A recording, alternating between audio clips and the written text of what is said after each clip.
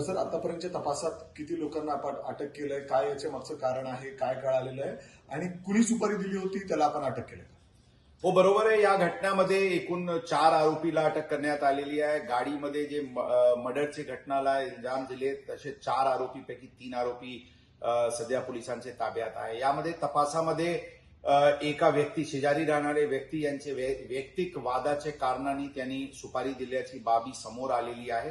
त्यांना पण अटक करण्यात आलेली आहे. या गुन्ह्यामध्ये 120B क्रिमिनल कॉन्स्पिरसीचे कलम वाढवण्यात आलेली आहे. सदर गुन्ह्याचे तपास अत्यंत युद्ध पातळीवर क्राईम ब्रांच आणि स्थानिक पोलीस, झोनल पोलीस यांनी केलेली आहे आणि सुरुवातीला घटना घडल्यापासून वेगवेगळे पथक या केसमध्ये काम करत होते.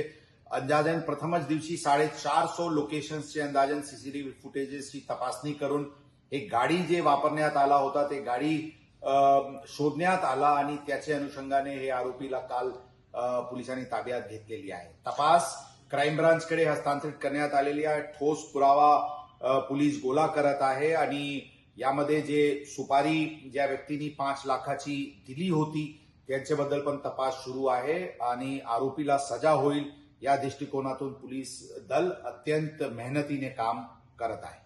आम्ही पुणे शहरचे जनताला अपील, विश्वास देऊ इच्छितो की पुणे शहर पोलीस दल अत्यंत कार्यक्षमतेने आणि अत्यंत मेहनतीने शहरात कायदा सुव्यवस्था अबाधित ठेवण्यासाठी आणि गुन्हेगारीवर पूर्णपणे नियंत्रण ठेवण्यासाठी सुसज्ज आहे, तयार आहे. ही गुन्हा जरी अत्यंत गंभीर होती आणि अत्यंत संवेदनशीलताने पोलीस हे प्रकरण इमिजिएटली हाताळलेली आहे. ही गुन्हा आपल्याला लक्षात ठेवावा लागेल की हे प्रिव्हेंटेबल नव्हता.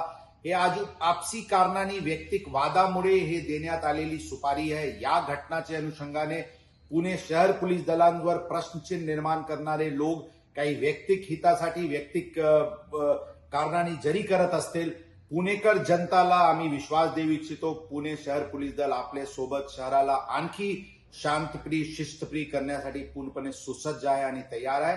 आपण जनतांनी पोलिसांवर पूर्णपणे विश्वास ठेवावी असे आपल्याला आमची आव्हान आहे.